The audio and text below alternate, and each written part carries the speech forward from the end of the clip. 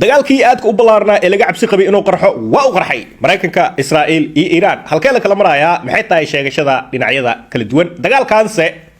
hadda buu bilaaw yahay labada dhinac hadalada ka soo baxay markay fiirisid waxaan marka hore inaan ku bilaabo magaalooyin aanan arki jirin qiiq iyo madfac iyo kala carar sida Riyadh oo Sacuudiga ah iyo Dubai oo Imaaraadka Carabta ah maanta waa lagu kala cararay muuqaalada waa aragteen gantaalada Iran oo ku soo hoobanayo difaacyada cirka Mareykanka meesha u yaalay iyo kuwii Imaaraadka Carabta iska lahaa iyo Sacuudiga oo hawada loo diray si looga hortago gantaalada laakiin Iran aqli ismays Iran maanta wixii faraheedu ku jiray way soo fasaxday inta kale ee haysato dabcan aad ay ugu sii badan yihiin waqti xaadirkan muuqaalka aad duubayo weerarka intiisa badan waxa soo qaadayo Iran oo hawada Israa'iil waxa ku jiro gantaalo aad u tiro badan dabcan internetka waa laga xiray Iran iyo Israa'iil labadaba waa sababta aanan u arkeenin magaalooyin dabaqyo gubanayo iyo burburka iyo ma arkeen sababtoo ah labada dhinacba waa Iran iyo Israa'iil waxay sameeyeen internetka laga xanibay dadka shacabka ah hadda sanadkii hore tusaale ahaan dagaalkii 2025 bisha June waxa way muuqaalada si waxa u helayeen darandoori Soomaaliya Israa'iil iyo Iran ka soo baxay markaas wada ogeen wax alaali wixii dhaawac iyo dhimasho iyo burbur meeshaas ka socda laakiin maanta dhibka jira wuxuu yahay dagaalka kii hore aragnay ee sanadkii hore wuu ka ballaaran yahay war waxa la isticmaalayo waa kumanaan gantaalo ah waay hal markiiba saas u wada socdaan balse dabcan way naga xanibeen oo indhihii naga hayaan ma arkeen laakiin waxa aragnaa dalalka Bahrain Qatar Jordan Sacuudiga Iraq Imaaraadka Carabta dhibka heesto maanta waa wada aragnay waa lagu habsaday gantaalo aad u fara badan oo Iran ka soo dhacay ayaa dhulkaas ku habsaday dagaalka wajigaas ma lahaan jirin waa waji aad iyo aad u cusub isla markii cambaareen Sacuudiga markii Riyadh laga soo weeraray maanta cambaareen uu soo tuuray oo dusha uga tuurayo Iran ma uusan ka hadlin gardarada Mareykanka iyo Israa'iil kama uusan hadlin Sacuudiga wuxuu ka hadlay gardarada dhulkiisa lagu soo qaaday oo Iran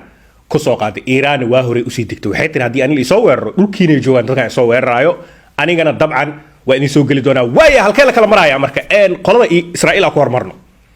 Israa'iil waxay sheeganaysaa wasiirkii dhamaa ee gaashaandhigga Iran in maanta la dilay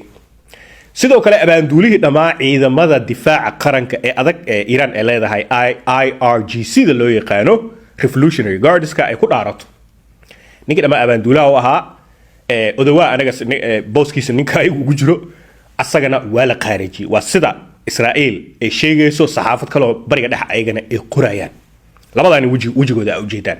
sidoo kale xaruntii dhameed ee baarlamaanka Iran ee ku kulmayeen ayadana waxa la soo sheegayaa oo wararka qaar Iran ka soo baxay ay leeyihiin in la burburiyay duqeen cirka ah duqeynta yani qaab gaad ma ahayd saaka marka fiirisid Mareykanka Israa'iil qaabka u weerartageen idin sheegaa Mareykanka wuxuu ka soo weerartagay dhanka badda maraakiibta badda u taalo oo cruise missile ka soo tuuray bartilmaameedyo ku dhuftay Mareykanka marka waxa la leeyahay asaga bartilmaameedsaday xarunta baarlamaanka qoladan Iran Mareykanka bartilmaameedsaday Israa'iil ayadana waxay bartilmaameedsatay guriga uu degan yahay Nikli Ayatollah Ali Khomeini guriga uu degan yahay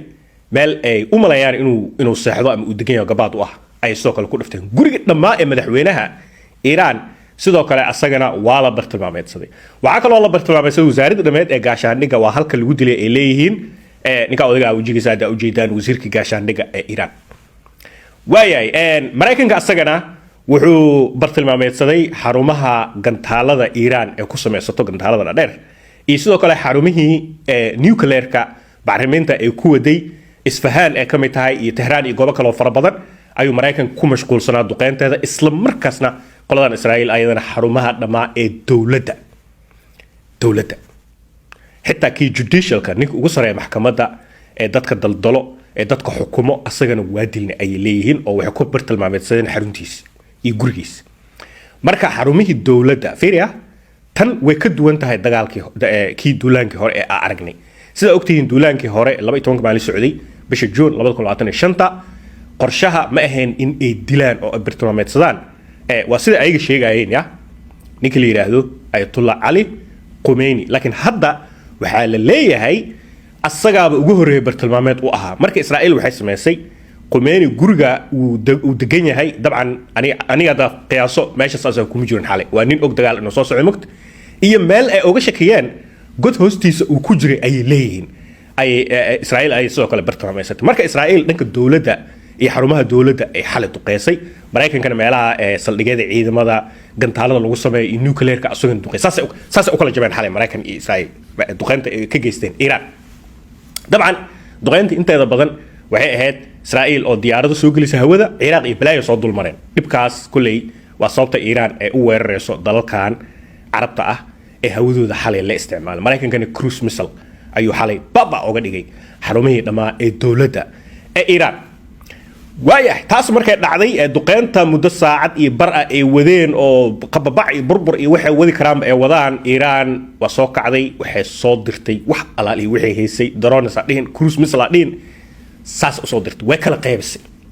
سعودي قارة ليرات دبي قارة ليرات بحرين قارة ليرات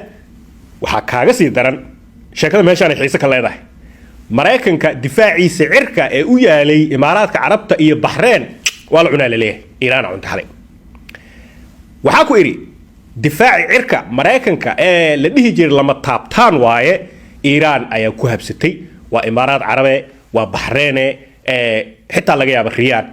in lagu burburiyay maadaama Mareykanka meeshaas asagana difaac cirka u yaalo Iran marka waxay u tahay guul markii runta la sheego oo difaac cirka dhamaa ee Mareykanka u dhigi jiray wax soo gali kara male gantaal walba waa qabana waa burburina dhigi jiray in la taabto oo la burburiyo waa arrin kiis weyn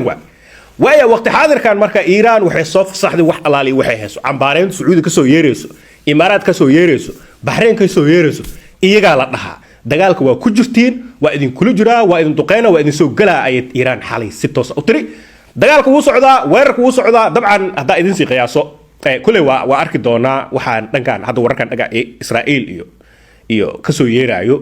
ay leeyihiin qamanay waa cunnay wasiir difaac waa cunnay ninkii dhamaa abaanduulaha waxaas oo dhan kulay Iran markay xaqiijiso ayaan kala ogaan doonaa laakiin ayaga saasi hadda leeyihiin Iran se burburka iyo qiiqa ka soo baxay Dubai cadeynaba loo hayaa waa aragnay marka dagaalkan dabcan maanta kuma eko caawa kuma eko isbuucyo socon doona haddii sarun tahay ee Iran laga dilay saraakiishan waaweyn in ninkii dhamaa ayatullah ali qaabili hadii laga taabtay sheekada waa dagaalka saddexaad oo toos ah wixii ku soo kordho maanta muuqaalada darandoori insha Allah taala